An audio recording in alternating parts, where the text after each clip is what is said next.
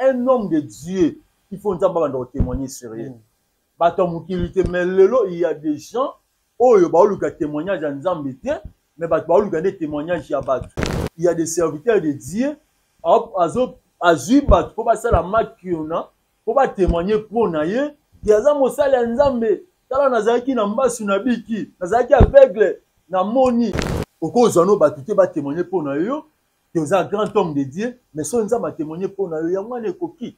Batba préférer témoignage à battre que témoignage à Nzambe. Oh, témoignage à Nzambe leki à battre. Batamuki bako bengo homme de Dieu, bako bengo homme puissant, bako lo banyonso, mais c'est Nzambe lobi na yebi yete.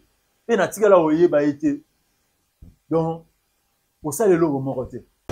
Au mouton, on s'accorde avec précision, ça Saint-Esprit, ils ont travaillé quatre ans, on s'en pourquoi? Parce que Molu mon sang, les gens Molu moi signe prodige miracle. On s'en pourquoi? Que coca azana pouvoir, que coca tambola avec le monde, on s'accorde avec le Saint-Esprit, on s'en pourquoi?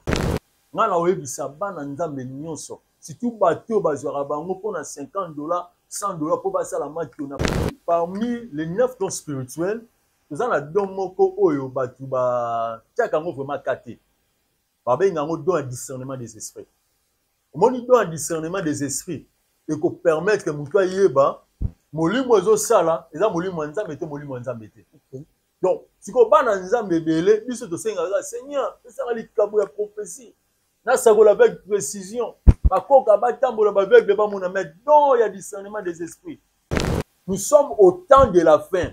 Yesu yemora lobaki na mokolo ya suka. Pasakoli ya lokuta barobima ebele. Et ça par rapport au tozali à temps où nous sommes au temps de la fin. Tout le monde a ba guerre, tout le monde a pasi, tout le monde a banzala, tout le monde a boye ba maladie. Tout le monde a fait des faux prophètes. C'est ça par rapport au temps on a. Il faut ça nini ekokisama. Ce qui est révélé est à nous, ce qui est caché est à Dieu. Vous étant serviteur de Dieu, vous n'avez pas lié. Avant, le gouvernement va faire ça l'accord, va constituer sur la salle en Nzambe.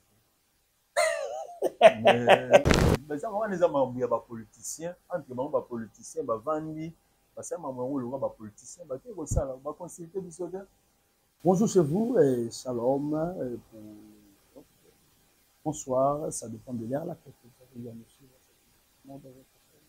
Puis pour tous ceux télévision que le bon Dieu de la Bible, apambola moko na moko oyo akozwa vraiment libaku ya kolanda biso na ngonga oyo. Merci encore une fois de plus, il s'agit de moi le vôtre notamment la conscience de mieux faire. Encore une fois sur ce plateau de votre émission Plateau des Adorateurs, il y aura des trans qui seraient, n'est-ce pas, Nakati, il y a émission Oyo. Comme je vous ai toujours dit, ici dans votre émission Plateau des Adorateurs, parce qu'il est écrit dans sa Bible, c'est qui notre Seigneur Jésus-Christ. Il est écrit dans sa Bible et en vérité, je vous l'ai dit. Et ainsi, il est le chemin, la vérité et la vie. Ici, nous ne parlons rien que la vérité. Ici, nous sommes que dans la vérité, Jésus pur et sans tâche. Merci beaucoup.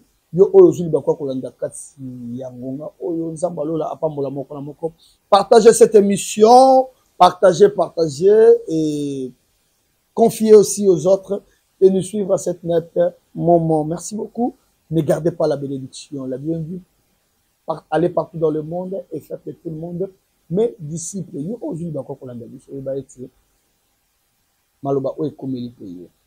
Merci.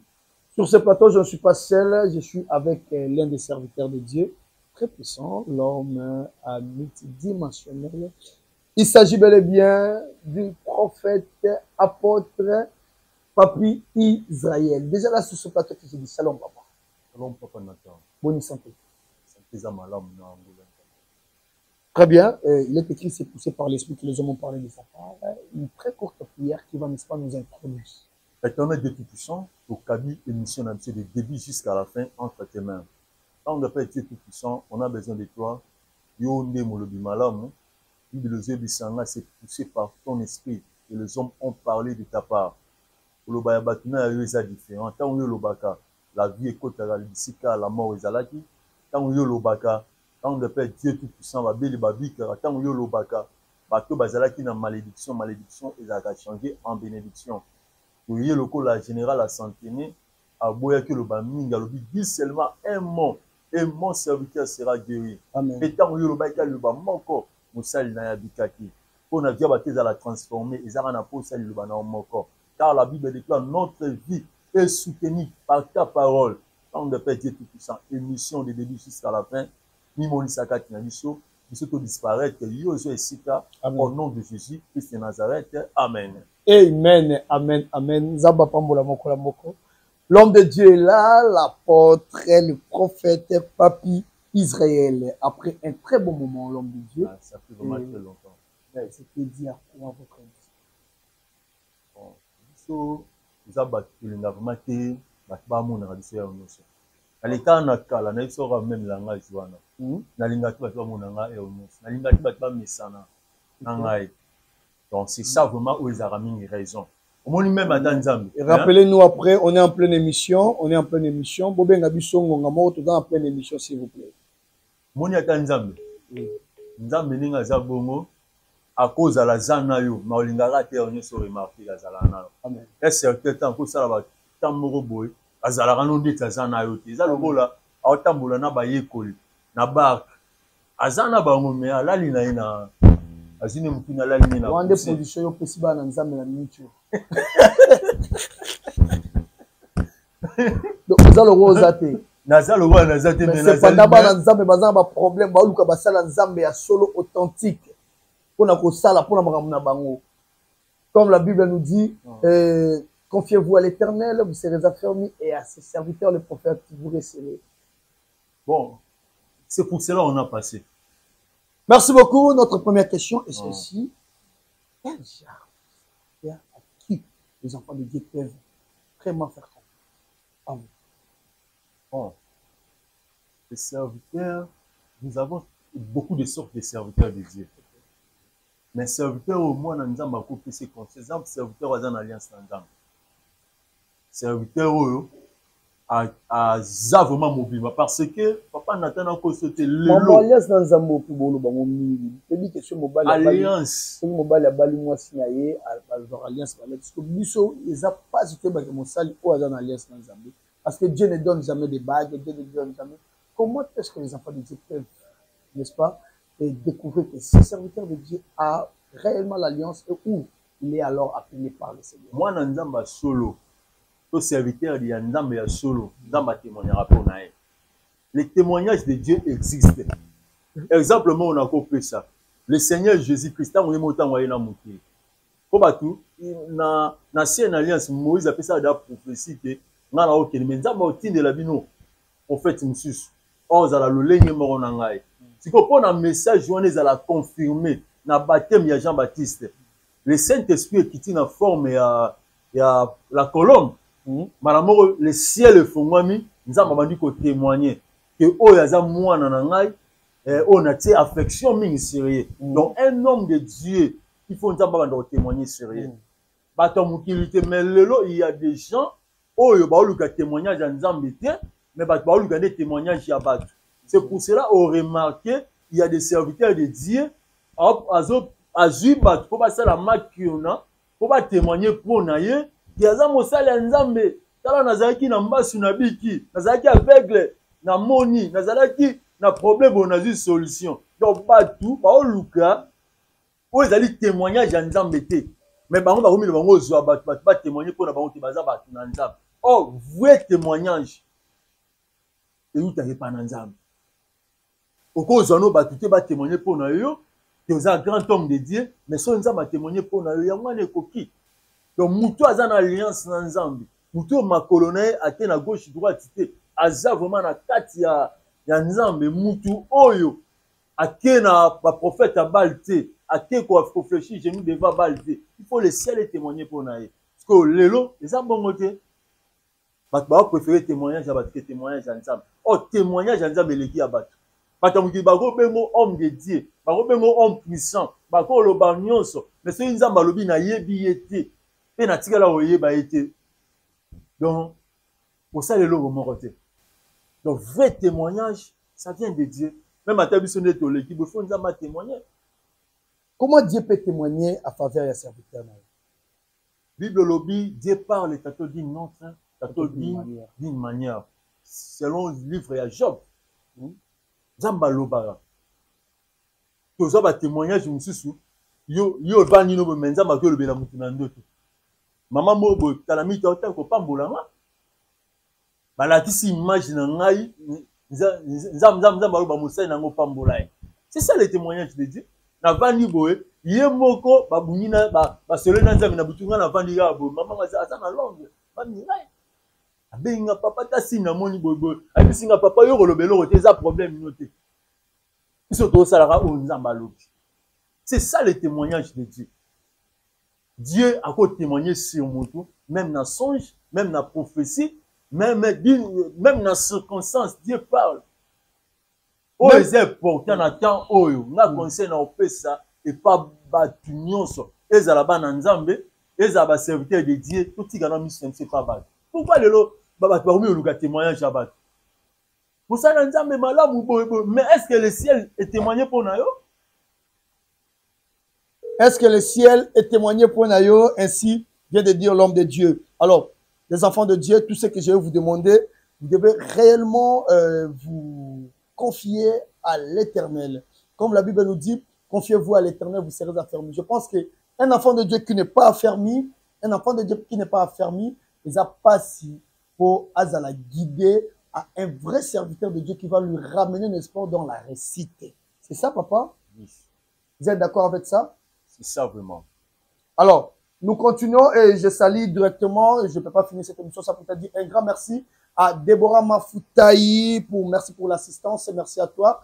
Juste un peu de la patience parce qu'il ne nous reste que minutes à finir avec l'homme de Dieu. Merci. Papa, nous allons aller un peu, nous allons passer à cette deuxième question et qui a été déjà bien prévue. Aujourd'hui, vous venez de peindre quelque chose autour de l'eau Makiona, et comme la Bible déjà vous venez l'auditoire, serviteur de Dieu, oh Makiona. Tu sais combien là? Bon, au moins, on a koloba, source ya Makiona, hein?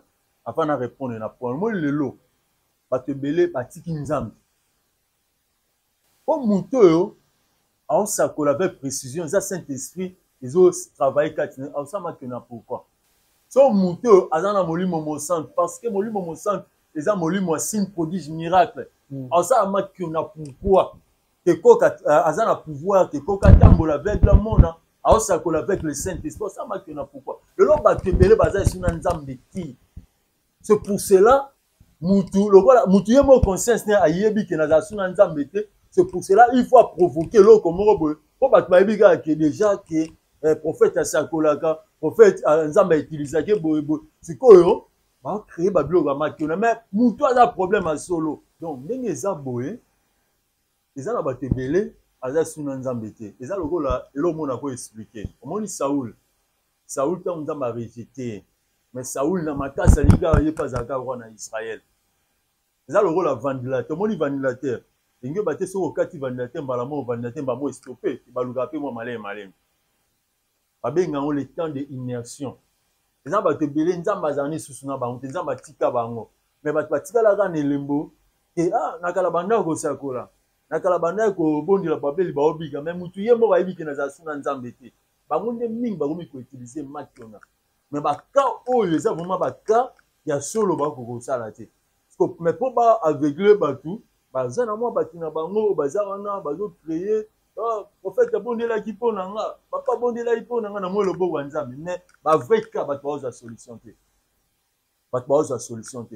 Donc c'est pour cela nga na oyebisa bana Nzambe nyonso surtout bato bazwaka bango pona $50 $100 pour basa la Makiona papa n'attend nga na mona jeune sœur moko vina ebebala pour yebanda ko louer encore ça qui na zanga aveugle na moni nazalaka na problème boye na biki na sima Nzambe ayaka kofrape na sima esengaki mpo tosenga mawana Nzambe eza likolo na ye mpo Nzambe asala nini alimbisa ye mpo vi ya sere esala nini efongwama eloko wana ememaka blocage yo bakopi yo $50 $100 $200 mais obebisi vi na yo sans le savoir donc oza na problème na batu mokomi directement problème na nzambe po bino bozo contribuer po na batu moko boye nzambe abwaka bango nzambe azasuna bango me bino bosala nini botambola na bango botia bango loboko po batu bamona batu wana donc na bango bamationiste na bato bapuyaka bango pimwa nzambe ezaka likolo na bango. Alors l'homme de Dieu ndenge nini biso tokoki comprendre que ou soit parlons de la différence. Batoma que nous avons un miracle, bien de nous un miracle. Comment les enfants de Dieu peuvent reconnaître, comment ils peuvent différencier, n'est-ce pas que celui-ci est vraiment miracle ultimate de Jésus, il a fabriqué par Jésus-Christ, et celui-ci est fabriqué par les propres personnes. Bon, au moins parmi les 9 dons spirituels, nous avons don moko oyo batu ba tiakango vraiment kate. Babe ngango don un discernement des esprits. Au moins don un discernement des esprits et ko permettre que mutu yeba molimo zo sala eza molimo nzambe te molimo nzambe te. Donc, si ko bana nzambe belé biso to senga Seigneur, ça va likabo ya prophétie. Na sagola avec précision. Bakoka batambola ba aveugle ba mona mais don ya discernement des esprits. Beaucoup de gens basenga angote. Donc un discernement des esprits et permettant à apporter Paul à comprendre par Jésus à sa kolaga na molimo nzambe te pe apa melaye asenga par de Jésus comme aveugle. Pour par de Jésus abanya ko prophétiser avec précision. Alors ba ke bato baza basala nzambe ya solo. Pe apôtre Paul azali pe mosala nzambe. Omona azo prophétiser avec précision. Par Jésus na mboka wana abanya pe osala pe ba miracle. Mais na molimo nzambe te. Mais apôtre Paul tant ba ye place wana à comprendre directement parce que l'apôtre Paul avait l'esprit de discernement en lui. À comprendre directement malgré les signes prodige mutu à salaka, mais ça ne tient pas de Dieu. Tu vois, le kwana le loba na nzambe bele bazana ngote. Omoni Satan akota musabakoka. Satan akomoni sabaveugle. Satan akosala nyonso. Parce que pouvoir o nzambe ataki kati na ye, nzambe retira ngote. Nzambe tikela ye yango. Mais le diable n'a pas le fruit du Saint-Esprit. Au moins, on a malgré ça, miracle, mais bon, pas mais tempérance exatée. Tempérance exatée. Patience exatée. Douceur exatée. Amour exaté. Douceur exatée. Parce que le diable n'a pas le fruit du Saint-Esprit. On peut aussi dire que les serviteurs de Dieu, aux arrêtés, azo sala miracle mais na plateau azana kanda makasi nenga zawadi azo gangela bana nzambe azo bakendaka bana nzambe tata bakendaka vers ye ba mona vraiment te bolingo exact azana souci ba amte suis pas relakela pe mundini mabe amodi ye pe vino na bebisi yango mona ba signe yango wana. Oh, un homme de Dieu, il faut l'accès bolingo. Un homme de Dieu, il faut l'accès que nous salons sala et ça pour intérêt au royaume des cieux. Donc le diable n'a pas le fruit du Saint-Esprit. Satan a une humilité. Donc bon, on peut déjà comprendre que le serviteur de Dieu, il n'est pas dans le vrai. Mais Satan a une humilité. Mon humilité aussi, c'est ça là. Andini, ba bete ba sete ba memene kulusu. Akufa passer quoi. Dans quel niveau il y a donc mouton ebite yo ko beta tambata moko akufi mais yeso andima batona ba betaye. C'est que Satan a rôle wana ko jouer ngote. Satan n'a jamais osé en humilité. Un homme de Dieu faut avoir humble. Tout monde homme de Dieu kakabo. C'est déjà signe. Homme de Dieu zara na bolingote. Douceur exate. Ba mimona kaka ye doit pas rien mutu so azate. Qu'est-ce que les enfants de Dieu peuvent retenir de votre passage sur la grande chaîne? Oh. Pour les cas qui peuvent te transmettre, vous allez penser.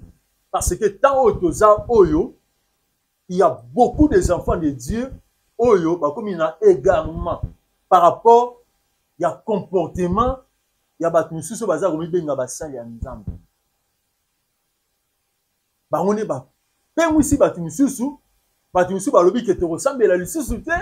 Batu misusu bazongeli mukele batu misusu donc atamboli avec l'église ebele mayele sili mais elonga na ko pesa et conseil pas bana na nzambe na domaine nyonso papa Nathan il y a le faux il y a aussi le vrai. Siko tant otoza oyo Et là, on a réveillé papa na nzambe. Nous sommes au temps de la fin. Yesu ye mora lobaki na mokolo ya suka. Pasakoli ya lokuta barobima ebele. Et ça par rapport au tozali à temps où nous sommes au temps de la fin. Tout le monde a ba guerre, tout le monde a pasi, tout le monde a banzala, tout le monde a boye ba maladie. Tout le monde a fait ba faux prophète. C'est ça par rapport au temps on a. Il faut ça nini ekokisama. Mais lorsqu'on a la go bisaba na nzambe dans domaine nyonso il y a le vrai, il y a aussi le faux. Même à temps ngani na leki na chaîne oyo, so naza mosala nzamba solo. C'est Dieu qui témoigne de ka toloba ine bandeli. Nzamba témoignaka, faut nzamba sa nini a témoigner. A témoigner, mais na webisa mutu nyonso obungisa alliance na yo te, po prophète moko asali boye, obungisa relation na nzambe to ndimela mutu mukilité, mais on ndimela eza nzambe. Donc, kolisa toujours intimité na nzambe, nzamba leka ko orienter na mutu o azali mosala nzambe ya solo afin que o bénéficier pe na ba grande choses. Elonga na koloba eza vraiment yango wana. Merci beaucoup, l'homme de Dieu. Il était là sur ce plateau. Le prophète et l'apôtre, prophète Papi Israël. Alors, celui qui veut réellement entrer en contact avec cet homme de Dieu, son numéro est affiché juste à bas de l'écran. Vous allez voir, et je vous avais promis, n'est-ce pas, que dans votre chaîne, dans cette émission, Plateau des adorateurs, on n'aura jamais le temps. Merci beaucoup à toi, Joël. Mambo, tu peux entrer. Comme je disais tantôt, je vous avais promis, n'est-ce pas, que dans cette émission Plateau des adorateurs ou dans notre chaîne Vie pour tous, cette télévision, on n'aura jamais de faux prophètes. Donc, ce moment où nous avons dit, Awa, c'est un serviteur de Dieu puissant. Ma maman, vous l'avez qui belé. Il montre mon likabonaye. Et en fait, moi, dès quelque chose là qui, c'est pas une consultation, il y a combien? C'est gratuit. Bon, prière combien? C'est toujours gratuit. L'homme de Dieu. Prière combien? C'est gratuit. C'est gratuit. Bah, maman, a de partout au monde, avant ça, mais la moutou faut pas ça non bon. Gratuit. Surtout sur la cagnon en maille et bébé, surtout sur la monnaie cercueil liboso. Ah bah, sur la monnaie, sur la monnaie. Surtout ceux qui ont monnaie cercueil liboso dans maille et bébé. Wande et banda 5 000. Kobota, kobegati. Oh, zobotati. Problème à rien. Oh, wakuti, problème il y a insuffisance rénale. Oh, wakuti, impuissance sexuelle. Maman nanganzab. 5 000. Ça fait trop mal. L'autre bête m'a sur l'autre aussi. Mais laissez-moi vous dire, bon, ouais, passe. Mes très chères mamans, comme je l'ai toujours dit, et qui me suivent de partout au monde, vous êtes en Europe, en Amérique, en Asie, en Espagne, en Afrique. Et sachez-le bien que votre Dieu vous appartient. Vous avez un grand Dieu dans vos chambres. Et avant que vous partiez voir un serviteur de Dieu, vous devez être convaincu que vous avez un grand Dieu. Commencez tout d'abord par chercher Dieu comme la Bible dit, et confiez-vous à l'Éternel, vous serez fermé. Un homme enfermé ne peut jamais aller jeter son argent chez et quelqu'un qui n'est même pas chrétien. L'homme de Dieu, merci beaucoup pour votre passage. Et moi, mon tour mon corps, tout simba, tout mon boka, mon tour mon corps. Parce que nous avons le hasard en temps. Dieu est d'accord avec nous à cette affaire que le président de la République, Félix Antoine Tshisekedi, il fallait faire entre nous et les États-Unis. Bon, l'on a Koloba. Nzambe asala makambo son temps aux aïe. Par rapport à l'accord, Nzambe a content dans Dieu qui a permis ça, Dieu qui a favorisé. Bon, ce qui est révélé est à nous, ce qui est caché est à Dieu. Vous étant serviteur de Dieu, vous n'avez pas l'idée. Avant, le gouvernement va faire ça l'accord, va constituer sur la salle Nzambe. Mais là, on a pas le besoin. Non, mais Dieu est capable de te dévoiler, de te montrer ce qui n'est même pas consulté par vous. baconsulté biso te bazanga wana eza makambo ya bapoliticien entre bango bapoliticien bavandi basala makambo yango olonga bapoliticien bake kosala baconsulté biso te baconsulté biso te.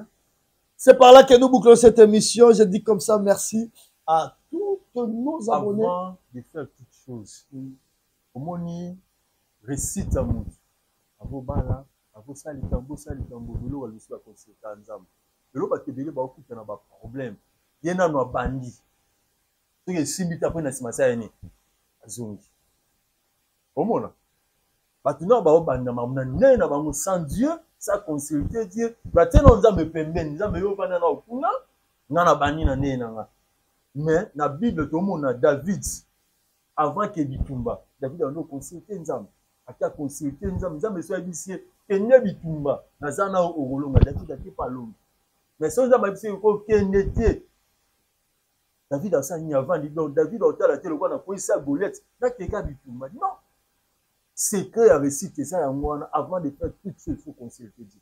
Avant de faire toute chose, il faut consulter Dieu. Avant que ne continue na mbongo na yo apasi, tu dois consulter Dieu.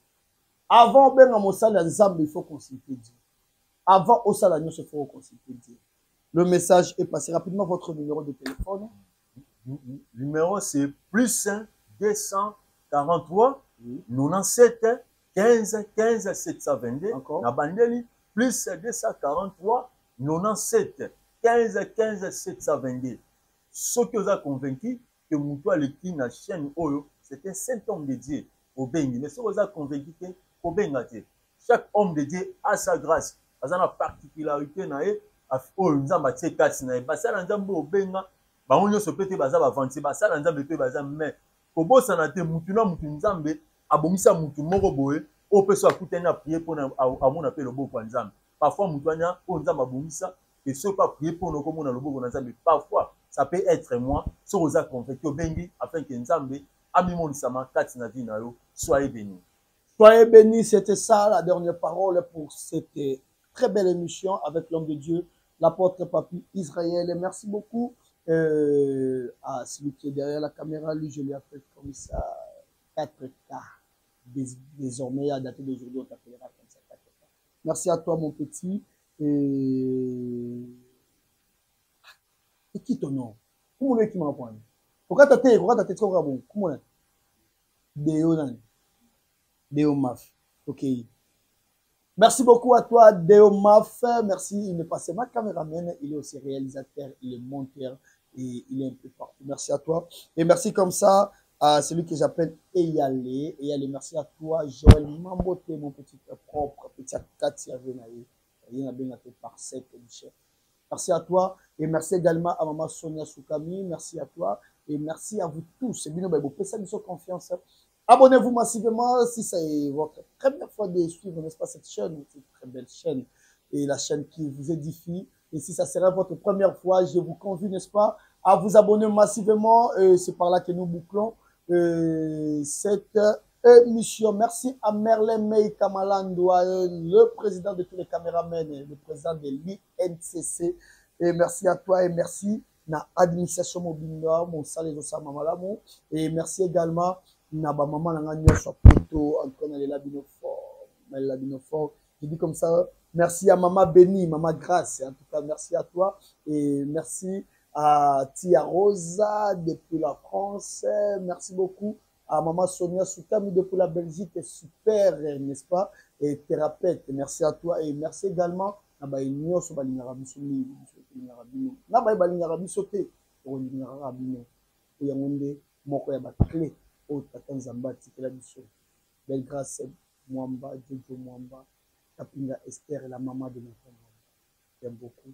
Merci à Abel Mwamba, c'est par là que nous bouclons et nous vous disons merci prochainement.